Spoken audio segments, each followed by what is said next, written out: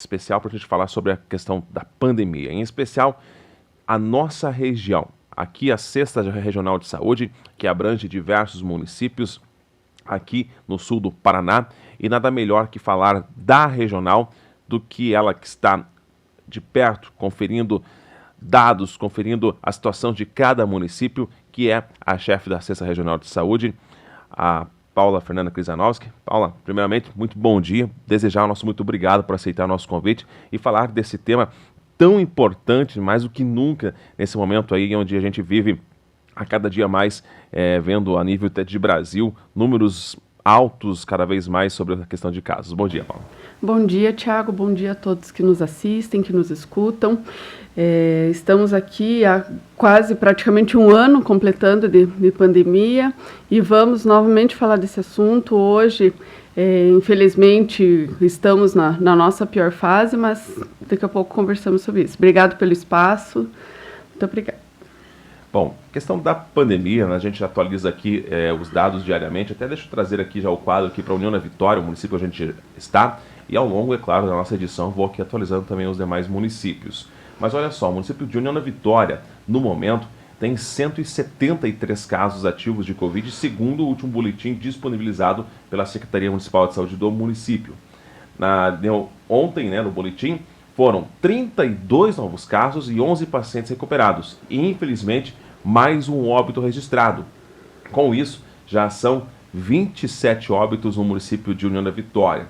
Falando em números totais, chegou ontem a 2.287 casos do total. Destes, é claro, a grande maioria dos pacientes conseguiram se recuperar. São 2.087 já recuperados.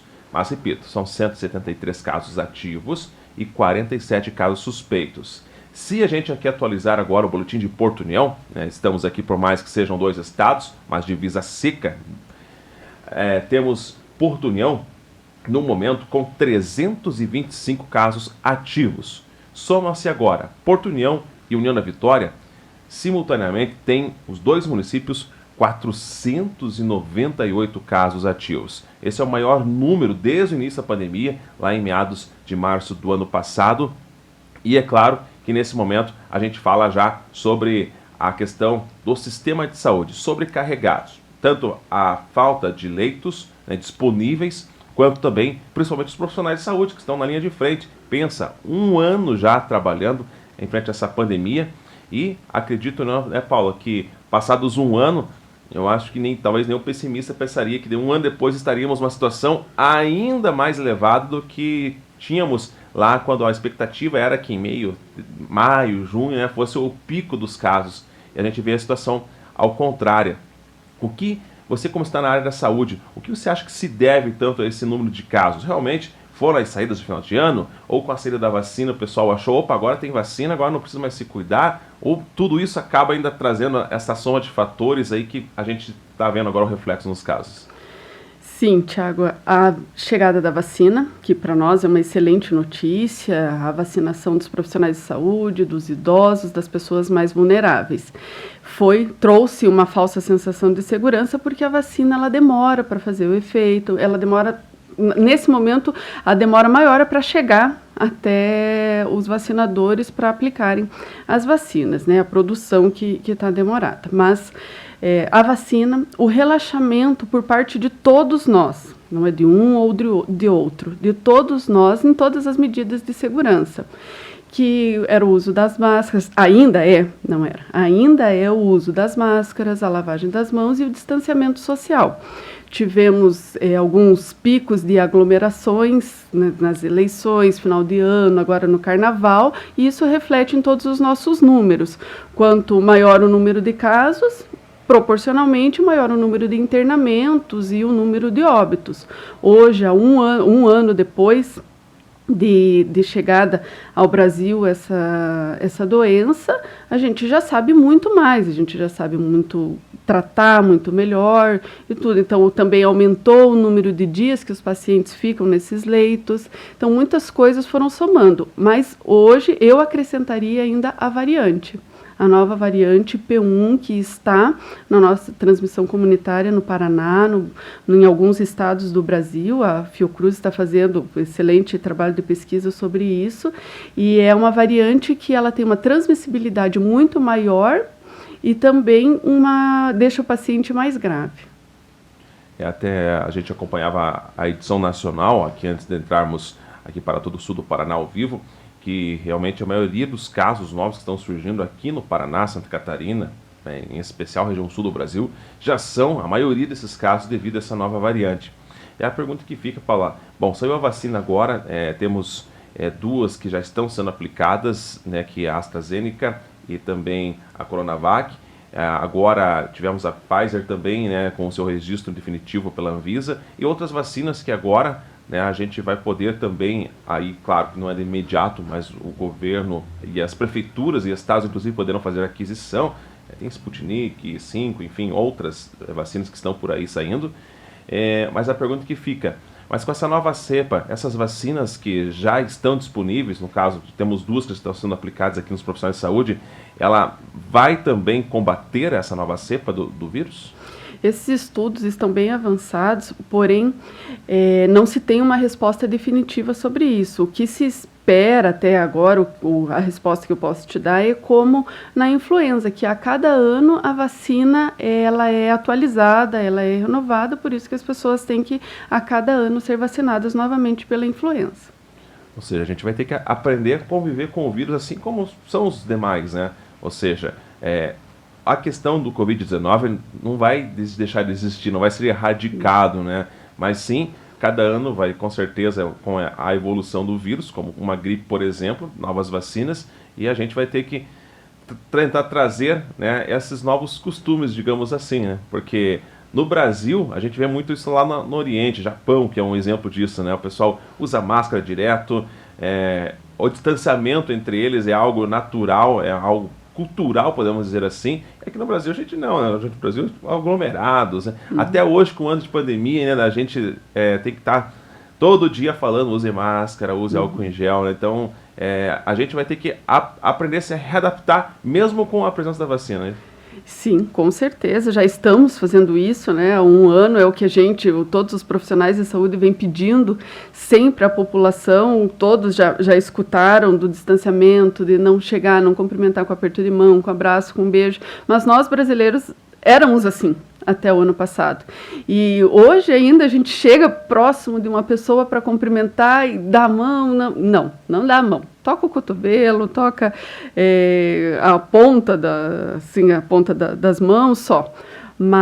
E isso está refletindo muito, a gente tem visto muito refletir na saúde mental de todos os brasileiros, porque é um povo mais caloroso, um povo mais próximo, então essa distância para nós está fazendo falta, talvez para o asiático, que eles já se cumprimentam de longe, já com aquela referência que eles fazem, essa falta já não esteja tão presente, mas para nós tá bem latente isso.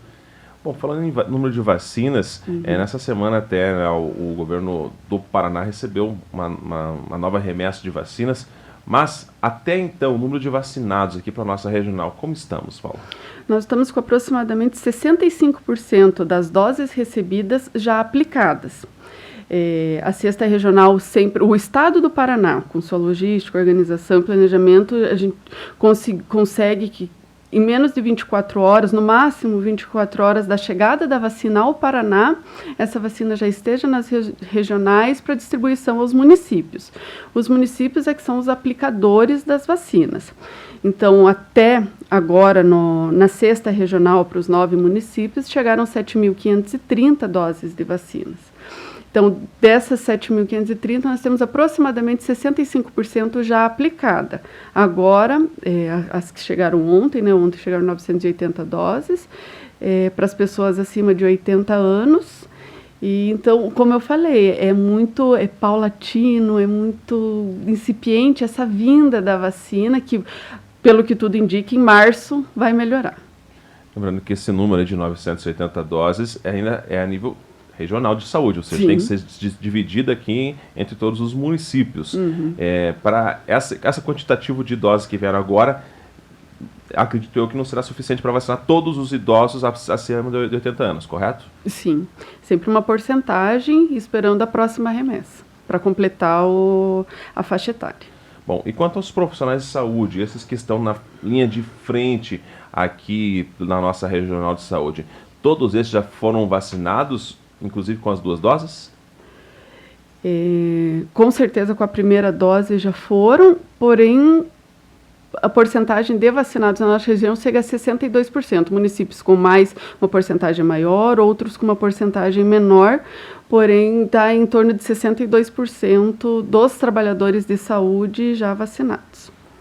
Bom, temos as 2 vacinas, né, que estão sendo aplicadas, a AstraZeneca e também a Coronavac. Qual que é a diferença delas, principalmente no tempo de aplicação entre a primeira e a segunda dose? A do Butantan, a Coronavac, ela em torno de 21 dias para a segunda dose. O Paraná estipulou 25 dias. Então, quando as pessoas tomam a primeira dose, já fica na carteirinha a data provável da segunda dose. A da AstraZeneca é em torno de 12 semanas. Então, a do Butantan, todas as remessas que vêm do Butantan já fica reservado lá no CEMEPAR em Curitiba, no Centro de Medicamentos do Paraná, a segunda dose. Então, ontem chegou no Paraná 148 mil. Então, 74 fica lá no CEMEPAR para nós garantirmos essa aplicação da segunda dose. Da AstraZeneca, não. Da AstraZeneca, nós aplicamos a primeira dose em todos, porque o tempo é maior para a aplicação da segunda dose. Então, aguardamos a nova remessa para poder fazer a aplicação da segunda dose. Durante esse período, principalmente a AstraZeneca, que tem, né, um maior delay entre a primeira e a segunda dose, o profissional, seja o profissional de saúde ou os idosos que já receberam, como fica a questão da imunização deles? Ou seja, tomaram a primeira dose até o presente momento. Eles ainda correm o risco ainda de contrair o Covid-19 e chegar à fase grave, ou mesmo com uma dose já essa porcentagem ela diminui? Pelos estudos, a imunidade é a partir da terceira semana após a segunda dose. E sempre ficou muito claro que a vacina ela não protege de você de você pegar o vírus, de você pegar a doença, apenas de desenvolver formas graves. Então, a partir da terceira semana após a aplicação da segunda dose, pode-se dizer que, em média, a pessoa já está imunizada.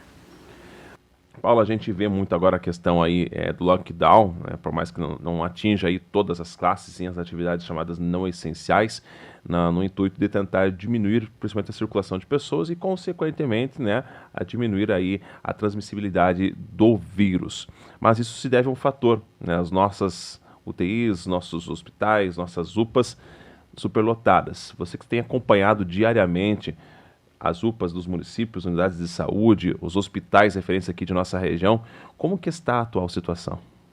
Essas medidas mais restritivas, elas são tomadas não apenas para diminuir a transmissibilidade, mas também diminuir o número de vítimas de acidentes, de traumas, de violências que também ocupam os leitos hospitalares. Na nossa região, nós temos há mais de 30 dias 100% dos leitos, tanto de UTI quanto de enfermaria Covid ocupados. Enfermaria um pouco menos, a proporção é um pouco menor, mas as UTIs estão há mais de 30 dias 100% ocupadas. Nós tínhamos 6 leitos, agora nessa semana conseguimos credenciar mais um leito na APMI, então ficamos com 3 na APMI e 4 no São Camilo. Nós tínhamos uma grande facilidade de transferir pacientes graves para outros municípios, outros hospitais, porém esses também estão lotados, também estão cheios, então está dificultando essa transferência, os pacientes estão ficando mais tempo aqui. Tem os pacientes graves que precisam de transferência em UPA, pronto atendimento, hospitais de menor porte, que aguardam essas transferências. Na sexta-feira passada, na coletiva que foi feita pelo governador, secretário estadual de saúde, Beto Preto, governador Ratinho Júnior, foi falado de 578 pessoas aguardando, naquela sexta-feira, leitos para transferência de Covid. Ontem, o secretário estadual de saúde, Beto Preto, falou em 811. Então, esse aumento também nos preocupa, também faz com que demore mais para que a gente consiga leitos, o que aquela pessoa necessita naquele momento. Nós também temos a questão da demora das medidas adotadas até o resultado. Então, as medidas adotadas nessa semana não são nessa semana que vão ter o reflexo necessário. Tem 1, 2 semanas para que a gente consiga enxergar esses resultados. Ou seja, tudo que a gente está colhendo agora é aquilo que a gente plantou há pelo menos 2 semanas atrás, né? Então, sim, justamente agora pela data aí, a época ali do feriado de carnaval, né? Que muita gente, por mais que as festas de carnaval não aconteceram, mas aqueles dias muita gente acabou viajando, né? E aí então essa questão de casos, aumento de casos, também se deve a isso. Bom, a questão de leitos, a pergunta que o pessoal muito questiona, tá? Quantos leitos tínhamos antes, quantos leitos temos agora? Onde foi o dinheiro investido por parte do governo federal, governo do estado? Para a nossa realidade, você tem esse dado, por acaso, Paula, de quantos leitos de UTI tínhamos antes da pandemia e agora quantos leitos foram criados? Então, esses leitos, eles já existiam, mas eles eram utilizados de forma diferente. Por exemplo, no São Camilo, eram 10 leitos de UTI, 6 ofertados, contratados, na verdade, pelo Estado, para SUS, para paciente SUS, e 4 era privado, que é o convênio ou particular. Agora, os 4 leitos são exclusivo Covid. Então, eles continuam com os 10 leitos de UTI, porém 6 são para pacientes clínicos, que é o do trauma, do infarto, do acidente, enfim, e 4 leitos exclusivos para paciente Covid, que é um contrato diferente, é um financiamento diferente. E na PMI da mesma forma. Então, os leitos já existiam, apenas foram remanejadas as formas de ocupação desses leitos. Ou seja, não tem como a gente pegar um hospital, por exemplo, fechar e dizer, aqui vai ficar só a Covid, até porque existem outras patologias, né, que as pessoas também precisam chegar no UTI, né? Não, afinal, a gente não vive só de Covid, né, de doenças, né? Sim, são várias alternativas que a gente ainda tem, não dá para dizer que isso nunca vai ser feito, porém é muito difícil, porque são hospitais com características diferentes, com equipes diferentes, equipamentos diferentes, atendimentos e contratos diferentes, então nós falarmos um só vai fazer isso ou outro só vai fazer aquilo, é muito difícil do ponto de vista de equipe, do financiamento e de equipamentos. E até nisso agora, casando com a sua fala, muita gente fala sobre hospitais de campanhas, né? Ou seja, tem espaço X, espaço Y, que poderia abrir um espaço para o hospital de campanha. Acredito que nesse momento não seja nem a questão da infraestrutura, né? Mas sim realmente do material humano, né? Porque um ano de pandemia, os profissionais de saúde, não houve um aumento expressivo desses profissionais trabalhando aí 24 horas em hospitais e UPAs, né? Com certeza, o hospital de campanha não é apenas a estrutura. A estrutura, o Exército pode muito bem nos auxiliar, nós temos ofertas de vários locais aqui da cidade, mas não é a estrutura. O nosso maior desafio é a equipe profissional especializada. Para um paciente de tratamento intensivo, um paciente grave, é muito diferente a forma como você atua sobre esse paciente do que um paciente de uma unidade de saúde ou um paciente de cuidado intermediário. Então, o profissional, para manipular aqueles equipamentos, para cuidar daquela pessoa, tem que ter um treinamento, uma formação especial. Hoje, a nossa maior preocupação é com as equipes. Bom, falando nessa questão do material, a gente acompanhou aí no início do ano uma situação crítica, complicada lá no estado do Amazonas, né, na sua capital Manaus, com a falta inclusive de oxigênio, pessoas morrendo por falta de ar. Imagina que situação. Aqui para a nossa regional, com o aumento de casos, como que está essa questão para garantir que, por exemplo, o oxigênio não falte? Por exemplo, o oxigênio, como você falou. Nós tivemos algo pontual no noroeste do Paraná nesse final de semana passado, mas nós fizemos já todo o levantamento junto aos prefeitos e secretários municipais em todo o estado, nós aqui na nossa região com os 9 municípios, e verificamos que o fornecimento não está afetado, que as reposições estão em dia. O que está havendo é um remanejamento, unidades que têm cilindros maiores, por exemplo, aqui em União da Vitória, unidades de saúde que têm cilindros maiores estão sendo remanejados para locais onde o consumo aumentou. O consumo do oxigênio aumentou em 100% dos municípios, porém o fornecimento está em dia. Temos também a questão das medicações para manter o paciente sedado, para o paciente mais grave. Nós tivemos também, diariamente, os hospitais que têm leitos exclusivos COVID enviam um relatório, os farmacêuticos enviam um relatório para o CEMEPAR, que é o Centro de Medicações do Paraná, para dizer o seu consumo, a sua aquisição, se está tendo dificuldade na aquisição ou não. Então, é algo... Tudo o que a gente prevê, o que a gente consegue antecipar, não virou um problema maior depois. Então, como eu falei já, e repito, o Paraná, assim, em planejamento, organização, a gente está bem avançado. Bom, enquanto a questão do tratamento, principalmente as pessoas que acabam pegando o vírus e podem, claro, ficar isoladas em casa, mas elas recebem um tipo de tratamento. Aqui, vou usar como exemplo União da Vitória, a gente acompanhou bastante aqui a situação, foi utilizado ali, então, o chamado kit vida, né, com medicamentos que não existem uma eficácia comprovada, né, mas estavam sendo usados, hidroxicloroquina, ivermectina, entre outros medicamentos.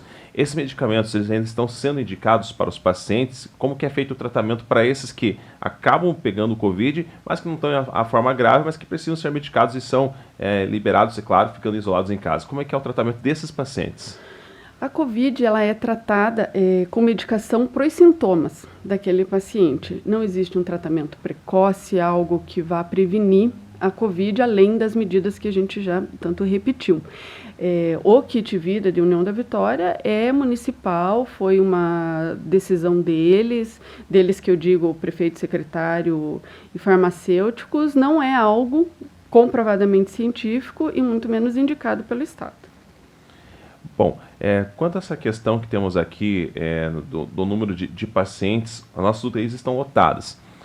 Nas UPAs, União da Vitória ou nos demais municípios da nossa região, nós temos pacientes que estão em estado grave e que, por falta de leitos, estão nessas UPAs?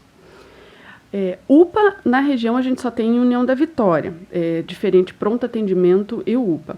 A gente tem informação de que ontem, as informações ainda são de ontem, tinha paciente aguardando transferência em pronto atendimento de alguns municípios em hospitais de menor porte. Não sei te dizer se era mais grave ou menos grave, mas tinha sim pacientes aguardando transferência nesses locais. Ou seja, traduzindo em miúdos, Paula, a UTI, mal sair um paciente, já entra outra. Isso é importante você falar porque assim, a gente vê muitos números de 90% de ocupação, 92%, chega a 98% de ocupação os leitos de UTI.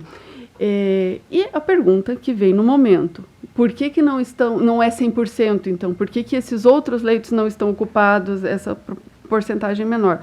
Porque existe uma logística, vamos dizer assim, existe um preparo para que esse outro paciente venha. Quando uma pessoa vai de alta, ou por óbito, ou por melhora, aquele leito precisa ser preparado para receber o outro paciente.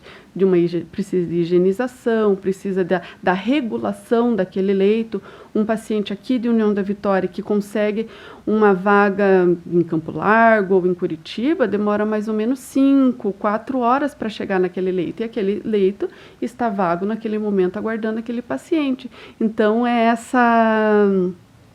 essa logística, como eu falei, que faz com que haja esse número pequeno de leitos vagos nos boletins. Interessante. Paulo, acompanhando aqui os 9 municípios aqui que contemplam toda a região da Ansupar, né? Pelo que eu posso observar, os municípios maiores, automaticamente temos mais casos e mais óbitos. No caso, aqui temos União da Vitória, mas municípios pequenos, se a gente for fazer aqui a sua proporção, também dá um número alto de óbitos. Vou citar como General Carneiro, né, que teve um número, claro, um número bem menor do que na Vitória, mas se fazer proporcionalmente, dá uma questão também de números altos de pessoas que chegam a evoluir a óbito. Os municípios pequenos, principalmente, o que a gente pode falar que pode dar esse número maior de questão de óbitos ou de pacientes graves? É devido à distância, por mais que tenhamos aqui, né, os municípios um próximo do outro, mas a distância de um ponto de referência, um hospital referência, como no nosso caso, que é a PMI regional, tem alguma explicação para isso? Ou realmente, por ser um município pequeno, as pessoas já não ficam mais aglomeradas, todo mundo conhece todo mundo? Tem alguma explicação para isso?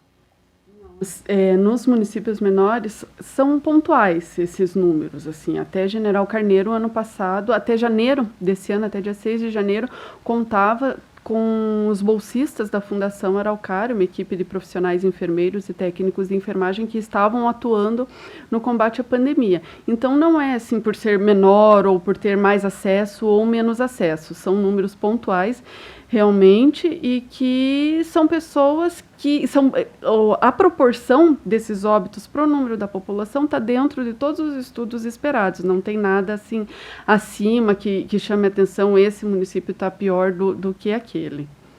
Bom, tenho aqui aberto aqui na minha frente, na tela, o boletim de ontem, é claro, né, a atualização de ontem, dia 4, aqui coeficiente de mortalidade por regional de saúde, e aqui eles usam esse coeficiente de óbitos por 100 mil habitantes. A regional tem uma situação bem complicada, Foz do Iguaçu, que é a nona regional de saúde, lá a proporção é de 142,6. União da Vitória está lá embaixo, né? Nesse caso, aí que bom, a gente está por último, né? São 36,5 essa proporção por cada 100 mil habitantes.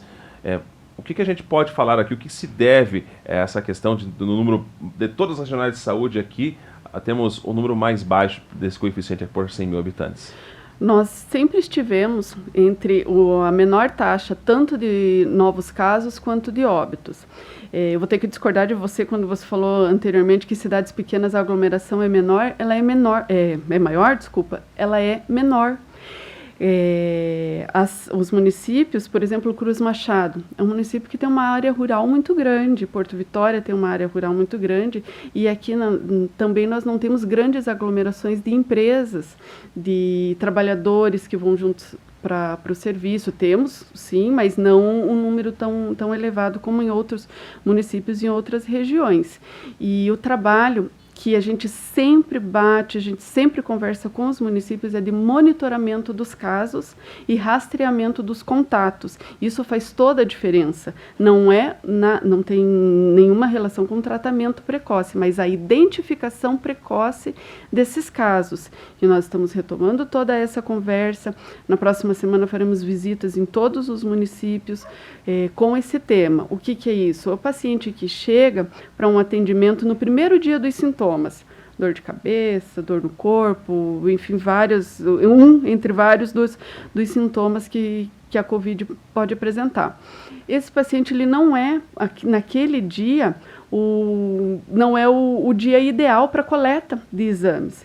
Então, ele é orientado a retornar daqui 2 dias, que é entre o terceiro e o 7º dia, o dia ideal para a coleta do exame. E algumas vezes esse paciente se perde, não volta ou procura outro serviço, enfim. O que a gente está batendo bastante em cima de que esse paciente tem que ser monitorado. No 2º dia, ligação, visita, mensagem, qualquer meio de comunicação. O senhor melhorou? O senhor piorou? Tem mais alguém na sua família que começou com sintomas ou não? O senhor tem algum outro sintoma além do que tinha ontem? É acompanhar esse paciente para que não aconteça o que a gente está vendo hoje, das pessoas chegarem mais graves aos serviços de saúde. Então, nos hospitais, a gente tem essa observação, a gente tem esse fato de que as pessoas já estão chegando mais grave para atendimento. Então, quanto antes a pessoa for identificada, for diagnosticada, melhor. Ou seja, então, acredita-se que podemos ter até um número maior de casos de Covid, mas as pessoas muitas vezes achando que é uma gripe, é um resfriado, até pela questão, né, dos sintomas ser muito parecidos. Vou tratar com chazinho lá de casca de laranja, enfim, com mel, enfim, as receitas caseiras principalmente. Então, a gente pode até esperar que possamos ter até um número maiores dessas pessoas que até não chegam a procurar o serviço de saúde por achar que é uma gripe, né? Porque os sintomas são similares realmente, né? Eu não gostaria de acreditar nisso, porque um ano depois a gente está falando ainda sobre isso, sobre dor de cabeça, dor no corpo, febre, diarreia, tosse seca, dor de garganta. São sintomas que as pessoas devem procurar o serviço de saúde para orientação. Em março, abril, maio do ano passado, nós falávamos para as pessoas não irem aos serviços de saúde por questão de organização e também do desconhecimento até então de tudo o que a doença poderia trazer. Hoje a orientação é procurar o serviço de saúde o mais cedo possível. Bom, Paula, a gente está aí dentro de um decreto estadual, né? É bom a gente frisar bastante isso, que não é o município, não é a regional que criou esse decreto, sim, é algo estadual, porque o governo tem esses dados, essas ferramentas para poder acompanhar diariamente. E agora, dia 8 de março, em tese, se encerraria o atual decreto. Em conversas com a equipe de saúde a nível de estado, acha que poderemos ter uma prorrogação desses decretos ou então restrições ainda maiores? Isso seria uma opinião pessoal minha, não seria. Os dados, os números, os fatos nos mostram que ainda estamos em situação gravíssima, até pior do que na sexta-feira passada, se formos analisar os números. É uma decisão do governador, junto com o secretário, decisões técnicas, de que hoje a gente espera esse pronunciamento e, se for pela nossa posição hoje, sim, deveria ser prorrogado ou até medidas mais restritivas, como falou nosso secretário Beto Preto ontem em entrevista. Bom, agora são 7 horas e 40 minutos, eu sei, claro, que a sua agenda é lotada, né? O nosso horário também ele é bastante restrito, mas para a gente finalizarmos, eu lembro que na semana passada, salvo engano, foi na sexta, no sábado, você pode me refrescar a memória, mas foi lançada uma nota à imprensa, né, que acabou, principalmente em mídias sociais, muito compartilhado, pedindo atenção, mostrando que, inclusive, naquela semana tivemos pelo menos uma pessoa morrendo por dia de semana, né, mostrando um pouco a situação, porque muitas vezes é fácil a gente de fora criticar, a gente comentar, mas quem está lá dentro de uma UTI, quem está lá dentro de um hospital, vocês que estão na frente acompanhando todo esse trabalho de gerenciamento e de administração da questão da saúde, tem, ou seja, esse senso crítico mais de realidade bem maior do que, como diz, alguém que está sentado atrás na tela do computador, na tela de um celular. Mediante toda essa situação, o que você teria a dizer à nossa população nesse momento de pandemia? A nota nós fizemos no domingo. Eu fiz junto com a secretária municipal de saúde de Porto Vitória, a Leocádia Grabowski. Ela é presidente do Conselho Regional de Secretários Municipais e ela teve uma repercussão grande, teve a repercussão que nós esperávamos realmente, por conta de tudo que nós estávamos vendo e acompanhando no nosso trabalho e nas redes sociais, uma divergência. Então, a gente está vendo os números aumentarem, a gente está vendo essa média que ainda continua de um óbito por dia na nossa região, algo que não tivemos em nenhum momento até agora. Esse aumento da procura por leitos de UTI na nossa região e fora, que a gente está com dificuldade de transferência, e todos os experts de internet dando opiniões contrárias a tudo que a gente está vivenciando 24 horas por dia, praticamente, nós estamos ligados nisso daí. Então, esse foi o intuito da nota. O que eu poderia falar para a população hoje é cada um fazer a sua parte. Então, eu, como profissional de saúde, estou me dedicando ao máximo, estou disponível, estou procurando informações para tomar as decisões mais técnicas e corretas possível. Você, no seu trabalho de informação, sempre clara, transparente, nós falávamos há pouco que as pessoas, quanto mais informações precisas, melhor. As pessoas ficam mais munidas de argumentos plausíveis. Às vezes a gente tem tantos números e algumas bobagens na cabeça que a informação precisa, o que vocês fazem aqui é essencial. A outra pessoa que trabalha lá no outro ponto de atenção ou em outra área, é cada um fazer a sua parte, porque se nós puxarmos a corda para lados opostos, nós não vamos a lugar nenhum. O que falta, o que nós temos que ter em mente nesse momento é governança, é a palavra correta. É um caminho onde todos nós temos que seguir juntos. dói para os profissionais de saúde que estão já exaustos há um tempo e agora tem que tirar mais energia, tem que ter um gás a mais para aguentar esse momento. Dói para as pessoas que têm os seus negócios, o seu comércio, o seu trabalho, enfim, sacrificado nesse momento. Dói para quem tem, principalmente para quem tem um familiar, para quem tem uma pessoa próxima, ou aguardando leito, ou em estado crítico, ou que foi a óbito nesses últimos dias. Então, é um momento que dói para todo mundo, mas cada um tem que ver qual é o seu papel, a sua posição nesse momento tão crítico no Brasil todo. Última pergunta, a esperança, é claro, para reduzirmos principalmente a questão grave, a gente já falou aqui, o vírus não vai deixar de existir, mesmo com a vacina, é realmente, a questão grave é a vacina que está chegando aí cada vez mais, claro, por enquanto ainda em doses, como a gente fala, em pinga-gotas, porque é o mundo todo fazendo aquisição, mas com consórcios que municípios estão fazendo, com novas empresas, novos laboratórios criando novas vacinas que podem aqui ingressar no Brasil, acha que num médio, curto de prazo poderemos ter uma situação, pelo menos principalmente para o desafogamento hospitalar, bem melhor com a chegada dessas vacinas? A gente pode falar, em prazo é difícil a gente falar, né? Mas pelo menos num médio prazo, como eu disse, em 2021 ainda acha possível que a maior parte da população esteja vacinada, Paulo? A médio e talvez curto prazo, eu acredito muito mais nas ações individuais do que na vacina. O que eu faço, o que você faz, o que cada um de nós fazemos, é o que vai ter um reflexo mais imediato.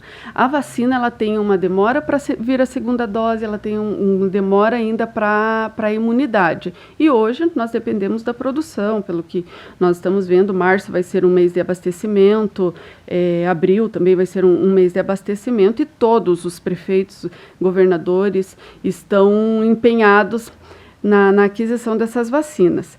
E também coloco o que eu já falei, que é a questão do monitoramento. É esse paciente ser tratado, ser identificado mais precocemente possível para que não chegue tão grave nos hospitais, que é o que está fazendo também o número, né, no aumento da ocupação.